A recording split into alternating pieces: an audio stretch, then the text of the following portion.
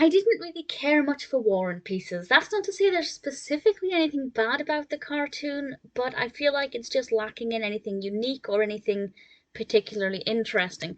This is a Warner Brothers Wile E. Coyote and Roadrunner cartoon from 1964, directed by Chuck Jones and Maurice Noble, and written by John W. Dunn.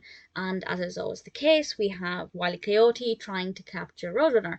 And I feel like everything he does plays out well. It's well enough animated, but everything's kind of similar to things I've seen before. And when that's part of the cartoon, I always expect some kind of similarities, but I feel like the whole cartoon was just things that I've seen before. And this is, in the 60s, we've had quite a few of the cartoons by now, so it's not like it was the inaugural one. So I didn't really find it that engaging at all. There were a couple of things that I thought were okay, namely invisible paint and the use of a light beam that I thought, when it was animated, it looked actually pretty good and worked quite well.